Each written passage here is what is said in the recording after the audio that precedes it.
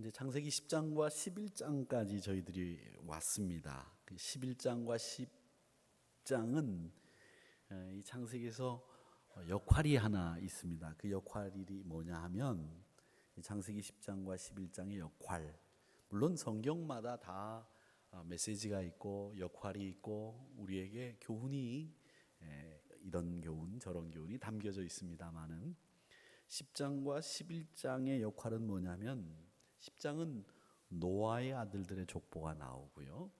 11장은 데라의 족보가 나옵니다. 데라는 아브라함의 아버지죠.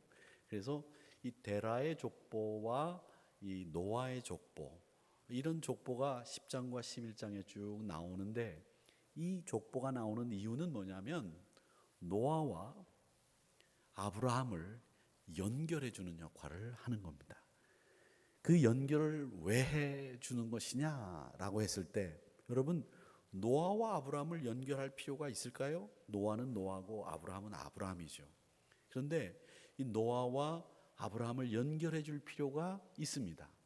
왜 그러냐면 노아와 같은 당대 완전하고 의인이고 하나님과 동행했던 사람, 아브라함과 같이 갈 바를 알지 못하나 하나님이 지시할 곳으로 가라고 했을 때에 주저없이 75임에도 불구하고 갈 수 있는 이 믿음, 이걸 여러분 모두가 다 가지시기를 바랍니다.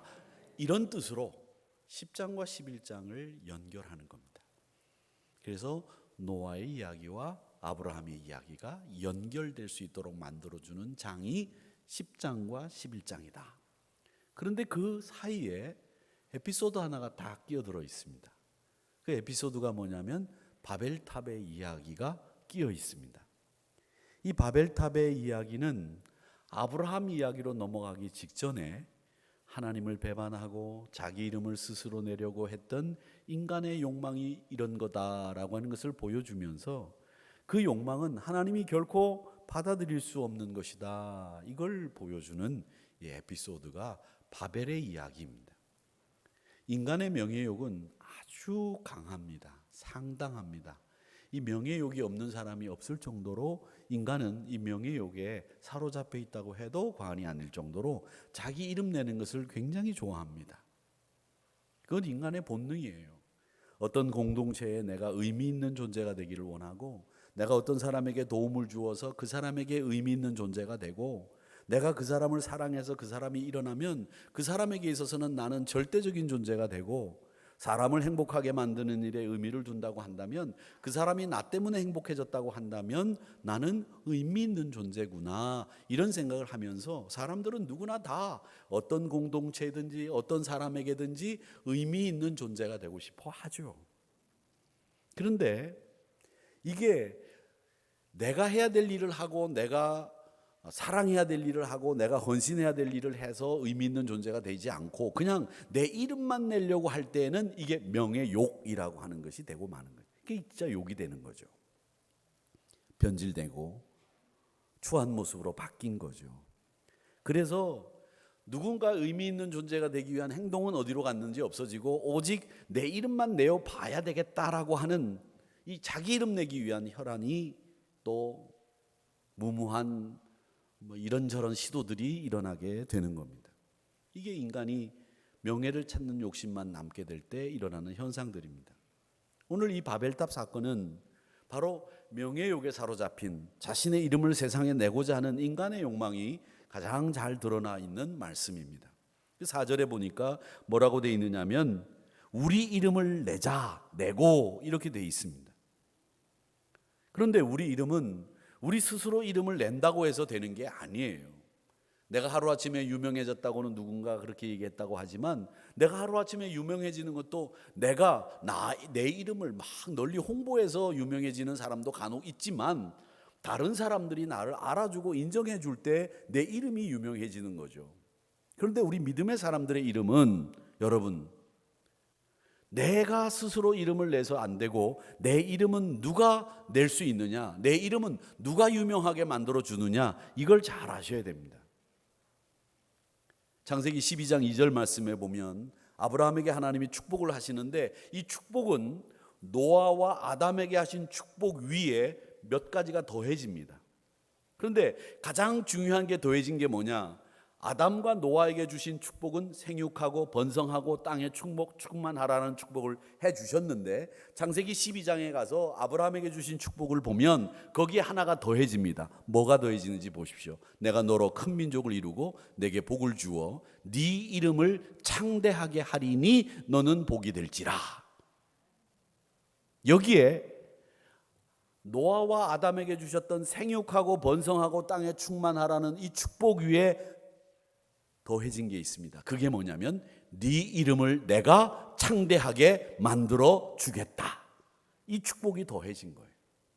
그러니까 이 말씀을 보면 노아와 아담에게 안 주신 더 큰 복을 아브라함에게 주셨구나라고 하는 것도 알 수 있지만, 내 이름을 창대케 해주시는 분은 우리 인간 내가 아니라 하나님이 내 이름을 창대하게 만들어 주시는 거구나, 이걸 알게 되는 거죠. 빌립보서 2장 9절 말씀에 보면, 이러므로 하나님이 예수 그리스도를 지극히 높여서 모든 이름 위에 뛰어난 이름으로 만들어 주셨고, 하늘에 있는 자들이나 땅에 있는 자들이나 땅 아래에 있는 자들이 모두 예수의 이름 앞에 무릎 꿇게 하셨다라는 말씀이 있습니다. 여러분, 이 예수의 이름을 모든 이름 위에 뛰어난 이름으로 만들어 주신 분이 누구냐? 하나님이시라는 거예요.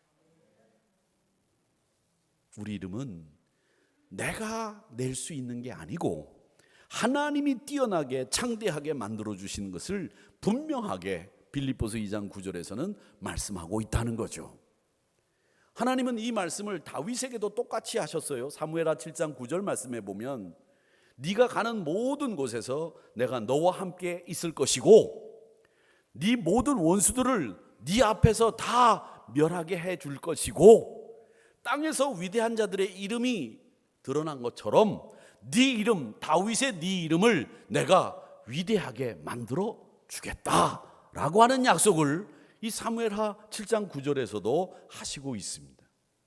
그러니까 우리의 이름은 하나님이 위대하게 만들어 주시는 것이고 하나님이 창대하게 만들어 주시는 것이다 라는 것을 분명하게 성경은 우리에게 말씀하고 있다는 거죠. 그런데 우리 인간이 우리 스스로 이름을 내보자 라고 했다는 거죠. 바보짓을 한 겁니다. 우리 이름을 위대하게 만들어 주시는 분이 하나님이라고 하는 것을 이 바벨탑을 쌓은 인간들은 몰랐던 거죠. 그런 욕망만 있었던 게 아닙니다. 또 다른 욕망이 있는데, 그게 뭐냐? 벽돌을 만들어서 견고히 굽고 이것을 가지고 성읍과 탑을 만들어서 인간의 문명을 만들겠다는 이런 이야기를 합니다. 여러분, 인간이 문명을 만드는 것은 긍정적인 욕구입니다. 문명을 건설하는 의지와 욕구는 바람직합니다. 여기까지 좋습니다. 나쁘지 않습니다. 그래서 우리가 지금 많은 사람들이 그래도 옛날보다 다 골고루 잘 살게 됐고 우리의 삶이 평균 이상 다 잘 살고 있습니다. 그런데 문제는 그 다음에 나오는 말입니다. 온 지면에 흩어짐을 면하자라는 말씀이 나옵니다. 이 온 지면에 흩어짐을 면하자라고 하는 말은 아주 나쁜 말입니다. 이 말이 왜 아주 나쁜 말이냐? 이렇게 반문하실 분들도 계실 거예요. 아니, 인간이 인간들끼리 같이 살자는데 뭐가 그렇게 나쁜 말입니까? 이렇게 말할 수 있어요. 인간이 같이 살면 얼마나 좋아요. 제가 또 늘 그렇게 말씀드렸습니다. 인간은 혼자 살 수 없습니다. 같이 살아야 됩니다. 이렇게 말씀드리는데 그 말하고 반하는 말 아닙니까? 이렇게 하실 수 있어요. 이게 왜 나쁜 것인지 제가 설명해 드리겠습니다. 여러분, 아담과 노아가 받은 축복을 여러분 제가 조금 전에 같다고 말씀을 드렸죠. 아담이 받았던 축복은 창세기 1장 28절의 말씀에 보면 그들에게 복을 주시며 하나님이 그들에게 이르시되 생육, 번성, 땅의 충만, 땅을 정복해라. 요약하자면 생육하고 번성하고 땅에 충만하라는 복을 주셨고, 노아에게는 9장 1절에서 역시 노아와 그 아들들에게 복을 주시며 그들에게 이르시되 생육, 번성, 땅에 충만하라. 똑같습니다. 공통적으로 노아와 아담에게 축복을 선언하시면서 주신 축복이 생육, 번성, 땅의 충만입니다. 땅의 충만이라고 하는 것은 이곳저곳으로 흩어져야 땅에 충만할 수 있습니다. 하나님의 명령은 땅에 충만하라는 것이지 한 곳에 모여서 살라고 하지 않으셨습니다. 한 곳에 모여서 살면 어떻게 되는지 한번 보세요. 제가 처음 목회를 했던 곳이 저 충청북도 어딘데 거기는요, 남씨가 집성촌을 이루고 살았습니다. 남씨가. 그 밑에 동네 가면 어느 성씨가 집성촌을 이뤘냐? 여씨가 집성촌을 이루고 살았습니다. 남씨, 여씨. 그 사이에 누가 집성촌을 이루고 살았느냐? 유유상종이라고 유씨가 집성촌을 이루고 살았습니다. 그런데 그렇게 집성촌을 이루고 사는 곳은 전도가 될까요? 안 될까요? 잘 안 됩니다. 누가 한 사람 그 집안에서 예수 믿었다가는 그 집안에서 쫓겨납니다. 교회 갔다가는 치도곤이 납니다. 그런데 목사가 가가지고 다음 주일날 교회에서 뵈지요. 꼭 교회 오세요. 그러면 알았시요. 그리고는 안 와요. 그리고는 교회 갔다가는 어른들한테 야단이 납니다. 이렇게 같은 성씨끼리 모여 사는 곳에 교회가 발붙이기가 굉장히 어렵고 전도하기가 너무 어렵습니다. 그게 뭐냐 여러분, 그들끼리는 똘똘 뭉쳐 있는 거죠. 서로 죽을 일이 생기면 대신 죽어줄 각오도 돼 있는 사람들입니다. 그분들이 요즘은 어떤지 모르겠지만, 그러니까 서로 인간들끼리 힘을 의지하면서 힘을 보태가지고 우리는 얼마든지 무슨 일이든지 할 수 있다, 이런 생각을 하는 거죠. 그러니까 거기에는 하나님의 힘이 개입될 여지가 없는 거예요. 하나님이 필요 없는 거예요. 하나님이 무슨 필요가 있느냐? 눈에 보이지도 않는 하나님이. 이렇게 생각하다 보니까 하나님을 찾기보다는 인간들끼리 서로 힘을 모아서 무언가 해결하려고 늘 달려드는 거죠. 그러니까 오늘 이 말씀, 흩어짐을 면하자, 우리 같이 살아보자 라고 하는 말은 뭐냐? 우리가 하나님 의지하지 않겠다는 말이에요. 그래서 나쁜 말이라는 겁니다. 이 말이. 인간들이 주제를 모르고 분수를 모르고 하는 말이죠. 누가 그런다고 하더라고요. 대학생들 중에서 문과대학을 다니는 친구하고 이과대학을 다니는 친구들하고 서로 싸움이 붙으면 꼭 그런 말 한대요. 이과대학 다니는 친구들은 문과대학 다니는 친구들한테 그렇게 얘기한대. 네가 수학을 모르니까 분수를 모른다고. 문과대학 다니는 친구들은 이과대학 다니는 친구들한테 네가 국어를 제대로 공부를 안 해가지고 주제를 모른다고. 그렇게 얘기한다죠. 우리 인간들이 이 분수와 주제를 모르고 자기들끼리 힘을 합하면 얼마든지 잘 살 수 있다고 생각한 것이 흩어짐을 면하자라고 하는 말 속에 담겨 있는 뜻이에요. 하나님 의지하지 않으면 안 되는 거죠. 하나님 주권을 의지하고 하나님의 뜻에 순종하면서 살도록 하나님이 경고하신 거예요. 하나님 입장에서 볼 때는 하나님이 다스리는 세상을 용납하지 않고 자기들끼리 잘 살아보겠다고 그렇게 흩어짐을 면하자 하는 것이 얼마나 가소로워 보였겠습니까? 우리의 욕망이 전부 하나님의 뜻을 수용하는 좋은 욕망이라고 하면 얼마나 좋겠어요. 그런데 인간의 욕망이라고 하는 것은 하나님의 뜻을 수용하는 욕망이라기보다는 하나님의 뜻하고는 전혀 상관없는 욕망일 경우가 대부분이에요. 그래서 그 욕망은 정당한 욕망이 아니라 죄를 지을 수 있는 가능성이, 개연성이 있는 욕망이고 결국은 사망에 이르게 하는, 우리를 파멸로 이끄는 욕망일 경우가 많다는 겁니다. 그래서 시편 기자는 12편 10절에서 이렇게 얘기합니다. 악인은 이를 보고 한탄하며 이를 갈면서 소멸되리니 악인들의 욕망은 어떻게 된다? 사라지리라. 예수님도 말씀하셨기를 마가복음 3장 35절에서 이렇게 얘기하셨습니다. 누가 가족입니까? 이렇게 얘기할 때 하나님의 가족, 예수님의 가족은 누구냐? 누구든지 아버지 하나님의 뜻대로 행하는 자가 내 형제고 자매고 어머니다. 네 인간의 뜻대로 사는 사람은 내 형제, 내 자매, 내 어머니 아니다라는 거예요. 요한일서 2장 17절에서는 뭐라고 그러신 줄 아십니까? 이 세상도 다 지나간다. 인간이 가지고 있는 정욕도 다 지나간다. 그런데 오직 하나, 하나님의 뜻을 행하는 자는 영원히 거하게 된다. 그렇게 말씀하시면서 인간도 정욕도 악인도 다 간다는 거예요. 그런데 오직 하나 남아있는 것은 하나님의 뜻을 행하는 자만 남아있게 된다. 그렇게 말씀하셨습니다. 부디 빌기는 인간의 욕망 앞에 굴복하시는 성도가 아니라 하나님의 뜻을 바라보고 하나님을 소망하는 여러분들 되시기를 축원합니다. 하나님은 이 앞에서 이 하나님의 뜻을 거역하고 자기들끼리 어떻게 해보겠다고 하는 인간들을 어떻게 대처하시는지 보세요. 언어를 혼잡하게 하시죠. 말이 안 통하게 하셨어요. 결국 인간의 왕국을 만들기 위해서 애쓰는 그 인간들의 언어를 혼잡하게 하심으로 하나님의 나라를 계속 유지하고 견고하게 만들어 가시려고 하셨다는 겁니다.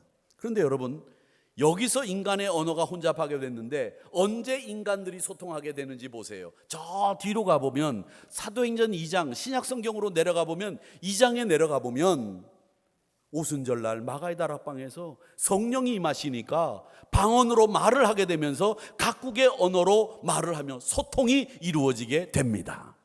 이건 하나님의 오묘한 뜻이 담겨 있는 거죠. 성령이 임하니까 뜻이 통하고 생각을 나눌 수 있게 되는 거죠. 이게 오순절날 일어난 일이에요. 하나님의 성령이 임하니까 놀라운 일들이 벌어지면서 생각을 나누게 되고 말이 통하게 되고 뜻이 같게 되고 서로 함께 힘을 합할 수 있는 역사가 일어났다는 거죠. 하나님은 우리가 뜻을 따르고 성령을 우리가 내 안에 받아들일 때에 합력하고 일치하고 함께 일할 수 있도록 만들어 가신다는 거죠. 요한복음 17장 22절 말씀은 예수님이 겟세마네 동산에서 마지막 기도하시던 내용입니다. 그 마지막 겟세마네 동산에서 기도하실 때 어떻게 기도하셨는가 하면 내게 주신 영광을 내가 그들에게도 주었사오니, 하나님 아버지, 하나님께서 나에게 주신 영광을 내 제자들에게, 내 제자들과 나를 따르는 무리들에게 나누어 주었는데 이것은 우리가 아버지와 성령과 성자인 내가 하나가 된 것 같이 그들도 서로 하나가 되게 하려고 내가 아버지께 받은 영광을 그들에게 주었습니다 라는 이야기예요. 여러분, 그러니까 여러분들은 한 분도 예외 없이 하나님이 영광을 더하신 분들이라는 것을 잊지 마시기를 바랍니다. 영광스러운 존재들이에요. 하찮은 존재가 아니라는 겁니다. 왜? 예수님이 그렇게 말씀하셨거든. 내가 받은 영광을 그들에게 주었습니다. 왜 주었느냐? 아버지께서 내게 주셨기 때문에 주셨고, 아버지와 내가 하나인 것처럼 그들도 하나 되게 하기 위해서 내가 아버지께 받은 영광을 주었습니다. 이렇게 말씀하고 있거든요. 그러니까 우리는 성부, 성자, 성령이 하나인 것처럼 우리 모두도 하나 되게 하시는 것이 예수님이 하신 일입니다. 하나님의 뜻을 따를 때에 하나 되도록 만들어 주십니다. 그것이 하나님의 뜻입니다. 그래서 합력하여 선을 이룬다는 말이 되는 거예요. 자, 여기서 마지막으로 이제 하나 더 짚고 넘어가야 될 게 있어요. 바벨탑의 이야기는 여기까지 여러분들이 설교를 들으시면서 내가 바벨탑 이야기를 지금까지 들은 것 중에서 오늘 윤창용 목사가 설교하는 내용은 그렇게 지금까지 들은 이야기와는 별반 다를 게 없는 그런 얘기다라고 생각하실 수 있습니다. 근데 여기부터는 좀 다릅니다. 이 바벨의 이야기를 제가 처음에 말씀드린 것처럼 10장과 11장이 노아와 아브라함을 연결해 주는 장이라고 말씀을 드렸고, 그 연결해 주는 이유는 노아처럼 당대 의인이요 완전한 사람이요 하나님과 동행하는 사람이 되며 아브라함과 같이 갈 바를 모르나 하나님의 말씀 따라 가는 사람이 되라. 이 두 사람을 합해서 여러분들의 신앙으로 만들어라, 이런 메시지가 들어있기 위해서 그 메시지를 주시기 위해서 이 10장과 11장이 연결해 주는 역할을 한다고 말씀을 드렸는데, 그러면 이 바벨의 이야기가 인간의 헛된 욕망과 인간이 교만한 모습들, 이런 것을 책망하고 그것을 막으시려고 하는 하나님의 이야기만 이 바벨의 이야기 속에 담겨 있느냐, 궁극적으로 바벨의 이야기를 하신 이유가 뭐냐, 이걸 알아야 된다는 거죠. 궁극적으로 왜 바벨의 이야기를 우리에게 하셨냐? 이름을 내는 것은 하나님이 내시는 거고, 흩어짐을 면하려고 하는 하나님의 뜻을 거스리는 인간을 하나님이 벌하신다는 이야기만 하려고 바벨의 이야기를 이 노아와 아브라함을 연결하는 그 사이에 에피소드로 넣어두셨느냐? 아니라는 거죠. 이 이야기는 분명히 심오한 궁극적인 우리에게 주시는 메시지가 이 안에 담겨져 있다는 거예요. 그 메시지가 뭔지를 우리가 알아야 됩니다. 이 바벨의 이야기가 뭐 때문에 이 에피소드가 이 노아와 데라의 족보 사이에 끼어 있을까라고 하는 거죠. 자, 이 이야기를 우리가 이해하기 위해서 모세오경, 창세기, 출애굽기, 레위기, 민수기, 신명기라고 하는 이 모세오경이 쓰여진 연대를 우리가 알고 있어야 됩니다. 우리는 이게 모세가 쓰여졌다고 저희들이 신학교를 다닐 때는 그렇게 배웠습니다. 그런데 요즘 과학이 발달하고 증명할 수 있는 여러 가지 방법들과 고고학 또 성경고고학들이 발달하면서 이 모세오경이 쓰여진 때가 언제냐 하면 바벨론 포로 유수기간이었다, 이렇게 신학자들이 이야기를 하는 것이 정설입니다. 왜 모세오경이 바벨론 유수 때에 쓰여졌느냐? 70년 동안 바벨론 포로로 끌려가서 살면서 하나님을 믿는 신앙이 희석되어 가고 퇴색되어 갈 그때에 이 이스라엘 백성들의 역사를 기록해서 다음 세대 후손들에게 하나님 신앙을 전달하기 위해서 랍비들과 제사장들이 심혈을 기울여서 그들의 신앙을 집대성해서 말씀을 만든 것이 모세오경이다라고 하는 것이 정설입니다. 그러면 바벨론 포로로 끌려가 있는 이스라엘 백성들에게 주신 말씀인 거죠. 그들에게 이 바벨론이라고 하는 나라가 어떤 나라였을까요? 나라가 망했습니다. 나라가 망할 때 상황을 제가 여러분들에게 설명해 드린 적이 있죠. 유대의 마지막 왕이 시드기야입니다. 시드기야, 이 친구는 눈알이 뽑혔습니다. 자기 아들들이 자기 눈에서 죽고 난 뒤에 바벨론 사람들이 그 시드기야의 눈을 뽑았어요. 그리고는 쇠사슬에 묶어서 바벨론으로 끌고 갔어요. 많은 이스라엘의 지식인들, 또 고위 관리들, 왕족들 다 바벨론으로 끌려가서 70년이 지나가고 있습니다. 이제는 가나안으로 돌아갈 희망도 없고, 바벨론에 와보니까 자신들이 살던 가나안하고는 달리 그 문명 앞에 입이 쩍 벌어지는 거예요. 와, 이런 곳도 있구나. 여러분 그런 경험들이 있으시죠? 제가 처음 미국에 갔을 때 입이 딱 벌어지더라고요. 와, 이렇게 큰 나라도 있구나. 우리는 5시간만 가면 바다인데 거기는 5시간을 가도 오렌지 밭이야. 와, 어떻게 그럴 수 있어? 그 1시간을 달리고 30분을 달렸는데도 그 집이 그 집이래. 그렇게 큰 나라가 있구나. 와, 우리나라에서 먹던 그 맥도날드 햄버거가 제일 맛있는 줄 알았더니 거기 가니까 맥도날드 말고도 인앤아웃도 있고 뭐도 있고 햄버거가 얼마나 맛있는지, 와, 진짜 지금만 생각해도 침이 쫙쫙 나와. 코카콜라는 어때요? 우리나라에서 먹는 코카콜라도 맛있는데 나는 거기 코카콜라는 더 맛있어. 입이 쫙 벌어지는 거죠. 그 위대한 문명 앞에, 그 큰 나라 앞에 기가 죽는 거예요. 그리고 로스앤젤레스를 갔는데 샌프란시스코하고 로스앤젤레스를 이 말도 절 엉켜요. 하도 겁이 나가지고 갔는데, 흑인 여자가 하나 걸어오는데 얼마나 큰지 배꼽이 내 눈에 있어. 와, 정말 크다. 그 문명 앞에 기가 죽는 거야. 기가. 그 95년도 94년도에는 우리가 아직도 이만큼 살지를 못했거든요. 기가 죽었어요. 그런 기가 죽었던 이스라엘 사람들, 이제는 기가 죽었는데 어떤 기도 죽었냐? 나라도 잃어버렸어요. 70년 포로 생활했어요. 그러니까 가나안으로 돌아갈 희망이 없는 거죠. 야, 여기서 이렇게 죽나 보다, 이렇게 생각했을 겁니다.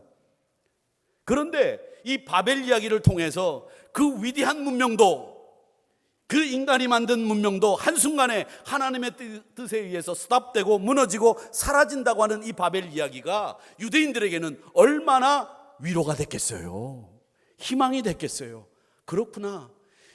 우리가 입이 쫙 벌어지는 이 문명도 하나님이 내려오셔서 막는 순간에 무너지고 없어진다. 하나님이 우리를 이끄시면 다시 가나안으로 간다. 이런 희망이 이스라엘 사람들에게는 생긴 거예요. 그러니까 이 바벨 이야기는 인간의 욕망이, 헛된 욕망은 하나님이 막으신다. 교만한 자는 인간이 뭔가를 하려고 할 때는 하나님 막으신다. 이 얘기가 아니라 우리는 가나안으로 돌아갈 수 있다. 우리는 다시 살 수 있다. 우리는 포로로 끝나는 삶이 아니다. 이제 하나님이 나를 가나안으로 이끄신다라고 하는 그 희망을 주기 위해서 주신 이야기가 바벨의 이야기라는 거예요. 여러분 그렇지 않습니까? 그 이상하게도 말이죠, 머리가 노랗고 눈이 파라면 기가 죽어요. 동남아시아 가면 제가 영어를 잘 하지는 못하지만 그 사람들한테 영어를 막 합니다. 못 알아들어요. 받은 그럽니다. 그러면 또 막 얘기합니다. 그러면 선교사들은 목사님 영어 굉장히 잘하시네. 아니요, 잘하는 거 아니에요. 막 하는 거예요. 그런데 이 미국 사람만 만나면 내가 말하는 게 이게 문법에 맞는 건지, have to를 써야 되는지, have been을 써야 되는지, 우주를 써야 되는지, can을 써야 되는지, 이게 혼란이 딱 오면서 입이 꽉 막혀요. 왜? 머리가 노랗고 눈이 파라면. 그래서 제가 동남아시아 친구들이 와서 영어로 얘기하면 번역 다 할 수 있어요. 근데 미국 친구가 딱 오면 알아들어도 못 알아듣는 데가 많아. 기가 죽어서 그런 거예요. 이스라엘 사람들이 지금 그렇게 기가 죽어 있는 거예요. 바벨론 포로로 끌려가서 이제는 틀렸구나. 그런데 하나님은 문명의 업적을 자랑하는 인간을 흩어버리시고 자신의 힘을 서로 의지하면서 살려고 하는 인간들에게 하나님의 뜻에 순종해서 살아야 된다. 너희들이 보고 있는 이 문명은 한순간에 다 사라지고 만다. 너희들은 결국 궁극적으로 내가 택한 백성들이니 내가 가나안으로 이끌 것이다 라고 하는 희망을 주기 위해서 이 노아와 데라의 족보 사이에 바벨의 이야기를 끼워놓고 하나님이 당대 의인이요 완전한 사람인 노아와 믿음의 사람 아브라함의 이야기에 희망을 던져주는 이야기를 에피소드로 끼워 놓으신 거예요. 그러니까 하나님은 언제나 무슨 얘기를 할 때마다 우리에게 희망과 위로를 더하시면서 말씀을 하시고 사명을 주시는 분이지, 냅다 던져놓고 감당해, 안 그러면 너 큰일 날 줄 알아, 내가 가만 안 둬, 이렇게 말씀하시는 하나님이 아니라고 하는 거죠. 우리 젊은이들이 요즘 삼포시대에 살고 있다지 않습니까? 세 가지를 포기했다고 합니다. 결혼, 출산, 연애를 포기했다고 하지요. 세상의 변화가 두려워서 내가 그 사람을 어떻게 믿고 결혼하냐는 거예요. 이 세상이 이렇게 변하는데 결혼 안 하겠다는 거죠. 우리나라 현실에서 애를 낳는 게 너무 죄스러워서 애를 낳을 수가 없다는 거예요. 애 낳는 얘기는 내가 또 나중에 제가 하겠지만, 지난 주일날 CBS 가서 제가 직원 예배를 드리면서 말이죠, 이 CBS 사장님이 우리 교회도 왔었지만 이 김진호 사장님이 우리나라 애 낳는 운동, 출산 돌봄 운동을 이거 지금 막 적극적으로 벌이고 한국교회가 이걸 해야 된다고 말하고 있습니다. 우리 대한민국이 살려면 한국교회가 애 낳는 운동 해야 돼요. 막 낳으세요. 막 낳으세요. 나올 수 있으면 막 낳아야 됩니다. 지금 제가 나중에 더 격한 얘기도 하겠지만 말이죠, 지금 이러고 있을 때가 아니에요. 나라가 망하게 생겼어요. 지금 사람이 없어가지고 말이죠. 내년에 고3 학생들이 37만 명이 됩니다. 37만 명. 대학 정원이 60만 명이에요. 근데 내년에 고3이 37만 명이에요. 그러면 내년에 대학들은 다 곡소리 납니다. 벚꽃 지는 순서대로 대학이 문을 닫아요. 나중에는 우리 나라가 어떻게 되겠어요? 지금 아무도 없는 거예요. 일할 사람이 없어요. 일할 사람이. 애가 어디 있습니까? 그런데 젊은이들이 애를 안 낳겠다고 하니 이걸 어떻게 하면 좋으냐는 거죠. 그러니까 예수 믿는 사람들이 낳아야 되는 거예요. 여러분 가능하시면 그 다음 말은 안 하겠습니다. 뭐가 이렇게 사람들을 각박하게 만들었는지, 희망이 도대체 어디에 있는 건지. 옛날엔 우리가 배불리 먹기만 해도 좋다고 생각하던 시절이 있었습니다. 그래서 그 배불리 먹기 위해서 허리띠를 졸라매고 달려왔는데, 이 배불리 먹게 되니까 그 다음 우리가 설정해야 될 목표를 설정하지 못한 거예요. 우리 한국 사회가 배불리 먹고 난 뒤에 그 다음에 뭐지? 이걸 얘기해 주는 사람이 없었던 거예요. 그러니까 지금 다 방황하고 다 혼란스러워하고 그러면서 뭐라고 하냐, 외롭다, 괴롭다, 두렵다, 떨린다 이러고 앉아 있는 거예요. 무엇이 희망인지, 무엇이 소망을 우리에게 던져주는 것인지 이 이야기를 우리가 아무도 하지 않는 거죠. 여러분, 이 방황하는 세대의 바벨의 이야기는 인간이 아니라 하나님이라고 하는 답을 던져주는 메시지입니다. 몸과 마음이 황폐해져가는 이 세상에서 인간의 욕망이 결국 우리를 피폐하게 만든다는 것, 하나님을 의지하지 않고 인간들끼리 서로 의지하고 살면서 뭔가를 모색하려고 하는 그 바벨의 인간들은 더 외로움을 타고 더 괴롭고 더 우울해진다고 하는 것을 우리에게 보여주고 있는 거죠. 사랑하는 성도 여러분, 하나님을 의지하시기를 바랍니다. 배불리 먹고 잘 사는 게 문제가 아닙니다. 우리는 영적인 존재예요. 이 영적인 존재가 하나님과 동행하지 않으면 안 되는 거예요. 그것이 우리에게 희망임을 기억하시면서 이 바벨의 이야기가 우리에게 주는 메시지가 뭔지를 분명히 아시고 이 메시지를 가슴에 담고 오늘도 승리하시는 우리 한우리 성도님들이 되시고, 인간보다는 하나님이 우리에게 주시는 힘을 의지하고 승리하시는 저와 여러분이 되기를 주님의 이름으로 축복합니다.